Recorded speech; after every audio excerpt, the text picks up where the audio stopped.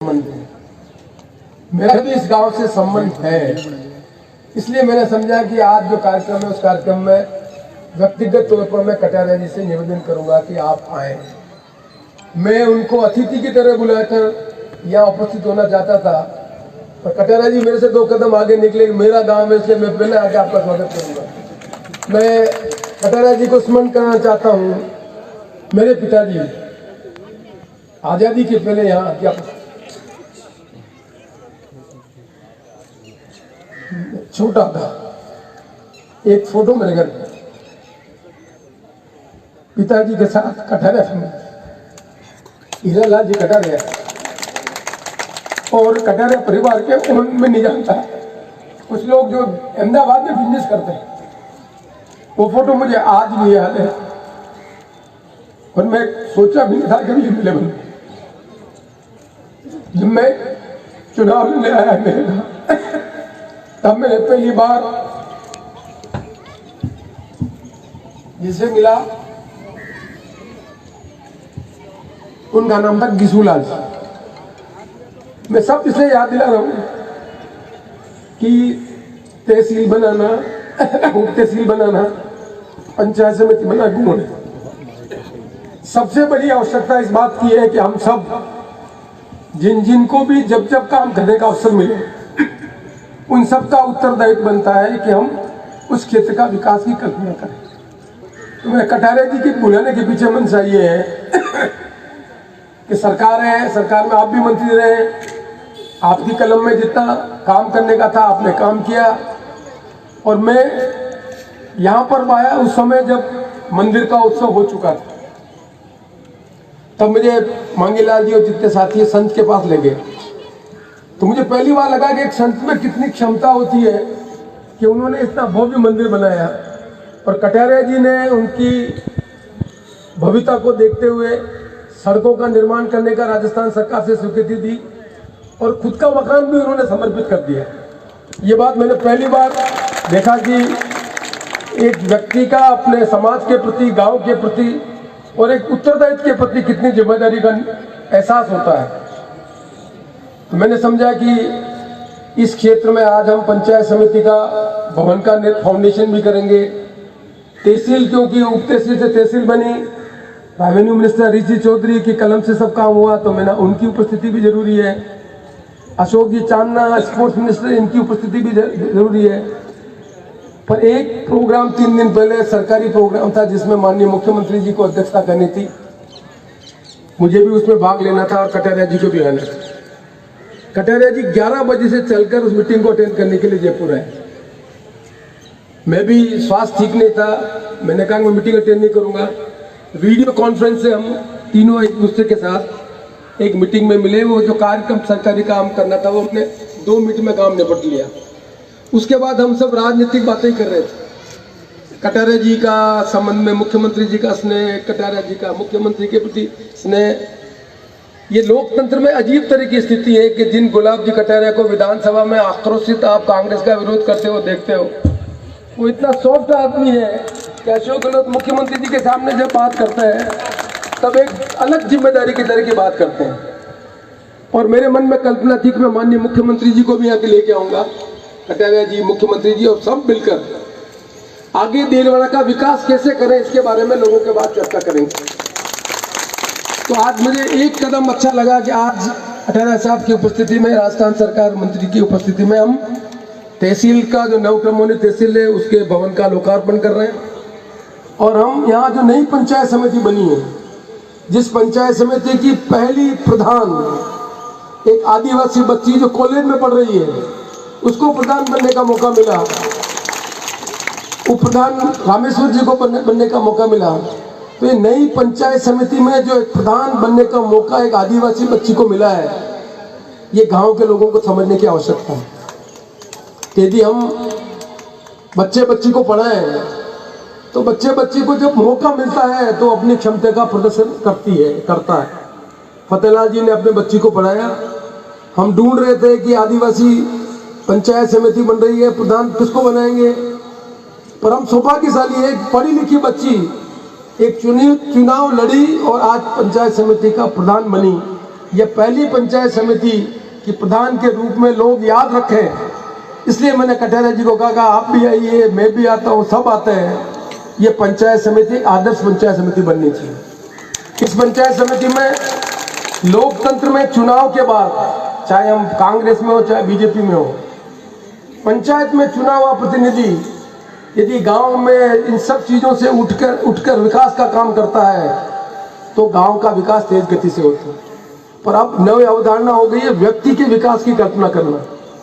सड़क बना दे, अस्पताल खोल दे, स्कूल खोल दे, पर व्यक्ति के जीवन में परिवर्तन नहीं हो, व्यक्ति के जीवन में 2 पैसे की आमदनी नहीं हो, तो हम राजनीतिक करने वाले लोग तेज गति से अपने इलाके की तरक्की को नहीं कर पाएंगे।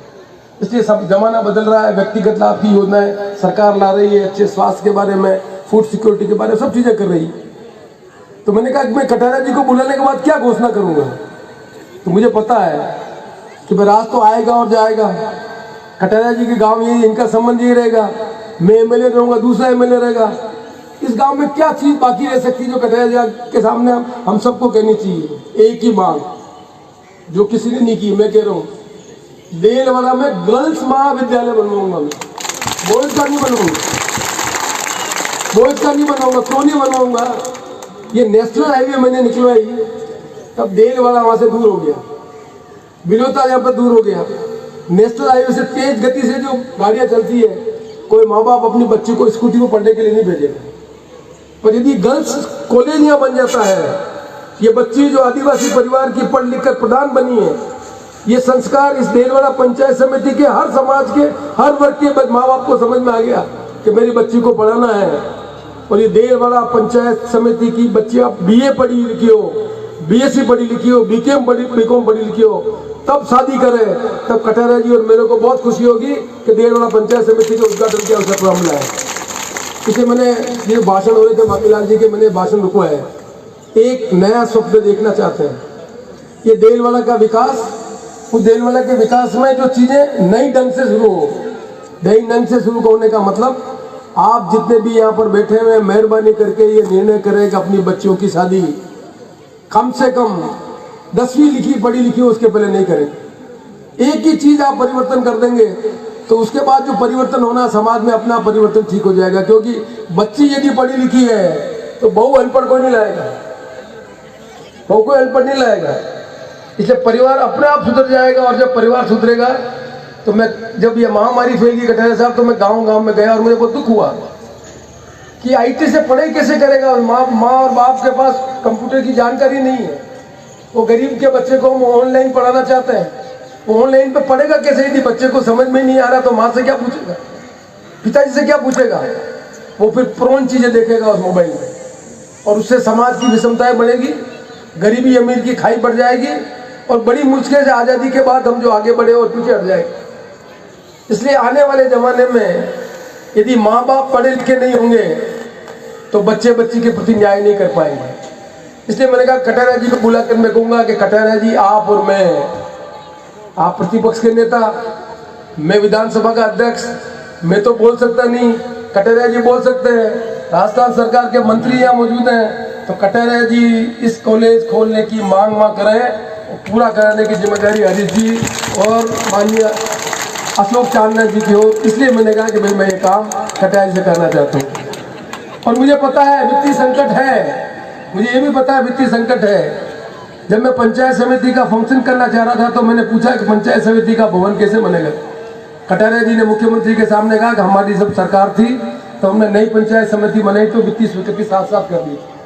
अभी नई पंचायतें बनी और वित्तीय स्वीकृति नहीं है, तो मन में तकलीफ हुई कि हम कैसे करेंगे। तो मुझे आज कहते हुए खुशी है कि हमारे एसीएस रोहित कुमार सिंह से मैंने बात की और मुख्यमंत्री जी के पास उनके विभाग है, उनकी चर्चा करूँगी। और आज मुझे कहते हुए प्रसन्नता है कि देलवाड़ा पंचायत समिति नवसृजित पंचायत समिति में पहली पंचायत समिति होगी जहाँ इसका फाउंडेशन हो रहा है और इसकी बिल्डिंग बनेगी। और पैसे की कमी पड़ेगी तो मदन जी पालीवाल को साथ लाया हमें। एक साल में कलेक्टर साहब, एक साल में पंचायत समिति का भवन बनना चाहिए। मुख्यमंत्री जी को लेकर कटारिया जी हम यहाँ लेकर आएंगे, प्रधान साहिबा के सामने मांग करेंगे। उस फंक्शन में यहाँ पर गर्ल्स कॉलेज की घोषणा करवाने की मेरे मन में कल्पना है। इसलिए मैंने मन में रखा कि ये जो जिम्मेदारी, उस जिम्मेदारी का निर्वहन करने के लिए हमारे सब भाई बहन इसके साक्षी बने। मैं अधिक समय नहीं लेना चाहता, कटारिया साहब जी भी सुनेंगे, हरीश जी भी सुनेंगे। मैं हृदय से राजस्थान सरकार के मंत्री दोनों का, कटारिया जी का आभार व्यक्त करता हूँ। उससे साथ साथ मैं कलेक्टर साहब का बहुत बहुत आभार व्यक्त करता हूँ, क्योंकि कलेक्टर साहब के मन में जब हम बिलोता का उद्घाटन करने आए थे तब का 8 बीघा जमीन है नेशनल हाईवे के पास में, 8 बीघा जमीन नेशनल हाईवे के पास में बिना इंक्रोच किए हुए पड़ी हुई है। तब मैंने कहा कि देलवाड़ा में शायद बड़ा स्टेडियम नहीं बन सके, और पंचायत समिति का कोई अच्छा स्टेडियम बनना चाहिए। तो मैंने कलेक्टर साहब को कहा कि इसको एक्सप्लोर करो, और मुझे आज कहते हुए खुशी, कलेक्टर साहब ने 50 लाख रुपए की स्वीकृति दी है। एक अच्छा बड़ा बिलोता में स्टेडियम बनेगा। इसका मतलब नहीं देलवाड़ा में नहीं बनेगा, देलवाड़ा में भी स्वीकृत करवाया है। देलवाड़ा की जमीन को देखिए, उसकी टोपोग्राफी इस तरह की है, इसको डेवलपमेंट होने में टाइम लगेगा। और कलेक्टर साहब ने कहा कोई बात नहीं, 50 लाख की स्वीकृति हम बिलोता में देते हैं और 50 लाख की स्वीकृति हम देलवाड़ा में भी देते हैं। देलवाड़ा के लोगों को भी नहीं लगे कि ये व्यवस्था ठीक ढंग से नहीं हो सकी। तो जो इंफ्रास्ट्रक्चर डेवलपमेंट करने का काम है वो सरकार के नुमाइंदे कटारिया जी हो, चाहे मैं हूँ, चाहे हरीश जी हो, हम वो सब काम करेंगे। पर एक काम हम सब मिलकर नहीं कर सकते। इस पंचायत समिति के सभी भाई बहन अपने बच्चों को पढ़ावे, ये काम आपको करना पड़ेगा। इसलिए मैंने कहा कि सामूहिक रूप से आप सबको धन्यवाद दें। आपकी पंचायत समिति के सभी सदस्य चुनकर पंचायत समिति के माध्यम से अच्छी सेवा करें। ये जो जिला आपका रेवेन्यू का तहसील बन रही है, वो रेवेन्यू की तहसील में कम से कम रेवेन्यू के मामले हो, झगड़े कम हो, थाने में कम आदमी आवे और रेवेन्यू का काम ठीक ढंग से हो। ऐसी मैं तहसील में कामना करता हूँ कि किस तरह से हम हमारा रेवेन्यू का जो जितना भी काम है, जिनके खाते लिखवाने हों, उस लोगों को चक्कर नहीं काटना पड़े। हरीश जी IT के बेसिस से बहुत से काम कर रहे हैं, जिससे यहाँ के काश्तकारों को बहुत बड़ी सुविधा इस तहसील के माध्यम से मिलेगी। और अशोक जी चांदना को इसलिए बीच में लेकर आया कि अशोक जी चांदना ने एज ए मंत्री के रूप में नौजवान पीढ़ी के लोगों को खेल के माध्यम से आगे बढ़ाकर कैसे सरकारी नौकरी में जोड़ने का काम करें, उनका सरकार से फैसला करवाया। इसलिए मैंने कहा कि अशोक जी को भी साथ ले जाओ, तो नई पीढ़ी के लोग समझ सकें कि स्वस्थ रहना जरूरी है। स्वस्थ रहने के साथ साथ यदि हम फिजिकल एक्टिविटी में भाग लेकर अच्छे स्पोर्ट्समैन बने तो हमारी सरकारी नौकरी में भी व्यवस्था होगी। ये बात कहने के लिए इनको बीच में बुलाया। मैं अधिक समय नहीं लेना चाहता। हृदय से एक बार मैं पुनः माननीय कटारिया साहब का, हरीश जी का, अशोक चांदना जी का, मदन जी का बहुत बहुत आभार व्यक्त करता हूँ। और जो हमारी नई पंचायत समिति की चुनी हुई प्रधान है, उनके उज्जवल भविष्य की कामना करता हूँ और आशा करता हूँ कि उप प्रधान रामेश्वर जी और प्रधान महोदया सभी साथियों को साथ में लेकर, पंचायत के सरपंच, वार्ड पंच, सरपंच सबको साथ लेकर इस नई पंचायत समिति में ऐसे काम करेंगे जिससे लोग कह सके कि आदर्श पंचायत समिति बनी।